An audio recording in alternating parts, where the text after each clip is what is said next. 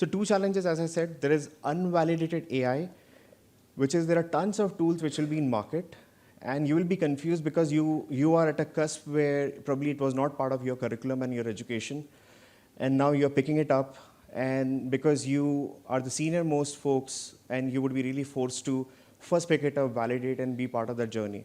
So your challenge would be, you know that you're expert in your own domain, but on the other hand, there are no government policies, so nobody is going to question that part of it.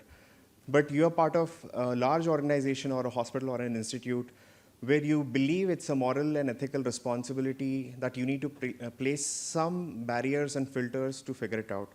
So how do we do that? And then a big approach that many partners take. So this is a large city, a different crowd, highly educated set of folks. But imagine a charitable hospital somewhere in a remote location directly starts exposing patients' data to any other startup's AI system where there's no real validation, no control. And a private hospital like that or a charitable hospital like that enables direct access to the hospital for that kind of system. We'll run into huge challenges with that kind of scenario. So there are typically 4 pillars that we should know, and many of you would be aware of it. You would have gone through this kind of content, but I'm just trying to place it in front of all of us today because there is a huge opportunity, and we need to build committees, associations as one of the solutions to this. And for that, if you can play a good role through think tanks or for the policy formation bodies, I believe you will have to take your first step here. In your own role, your own capacity, if you are a subject matter expert in one of these areas, you should definitely play a role, and that's very critical. Because from the corporate world which I belong to, I believed I was very comfortable. Writing policies is another extreme part of it, and I feel millions of lives can really get positively impacted if you do that bit right. So you need to ensure there is a clinician. So we say human in loop or human in the loop for AI. I feel like for every role in healthcare, there has to be a clinician in the role, in the loop. You need to have a doctor in the loop. So how do you bring different roles? Eventually, as you saw agentic AI, there is going to be one agent for every role that you see today in real world for human being. Similarly, for every AI, you will become the expert. So if you increase one notch the knowledge on AI along with your expertise, wherever you are a notch above that, you can play a role of knowing a little bit of AI and a lot of your area of expertise. And that's what that human in the loop can go and say, this is not right. This is the way things should work in that particular system. So that's one important thing. Even in ethics, we use that word very commonly. This is ethical and not in terms of AI. But let's believe there is a stethoscope which is AI-driven. It can actually listen to the cough pattern and can tell exactly what's happening, which earlier doctor used to really do that. These kind of products are available in market right now. While they go for compliance and certification, and you're part of one of those kind of team, how would you ensure there is ethical use? You have to start thinking from those perspective. And I feel doctors are going to play a bigger role, radiologists are going to play a bigger role for building these kind of devices. It's not that you're going to be the consumers or you're going to be adopters of AI alone. The important part is, while large organizations are looking, who are heavily using GPUs, are looking at nuclear energy right now, and they're trying to make the consumption of electricity by GPUs very cheaper. I feel a lot of research costs will go down in coming days in terms of making AI equitable. The point is, how do we make the use of AI in healthcare equitable? A huge role has to be played by the doctors and this fraternity.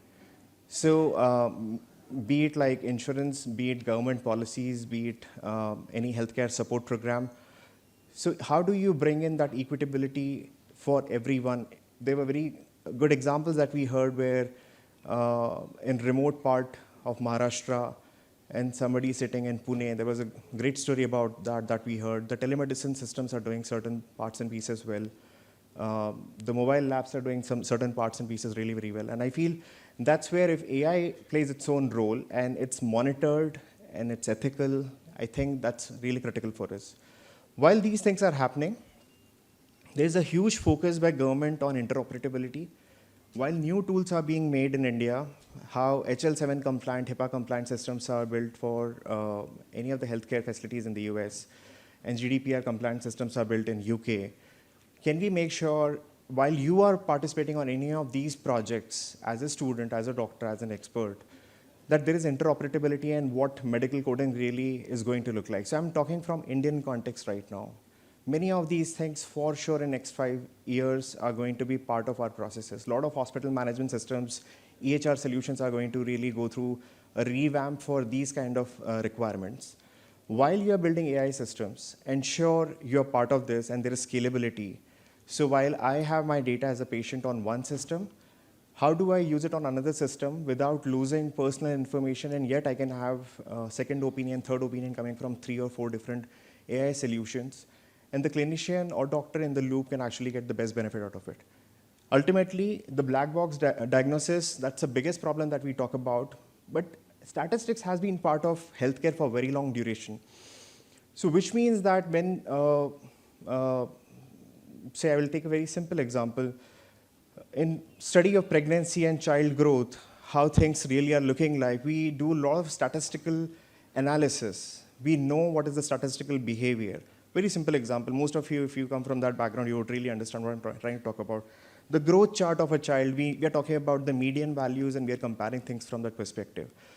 Can you bring explainability of that sort in any AI? Because there is no causation until enough of research papers have been published.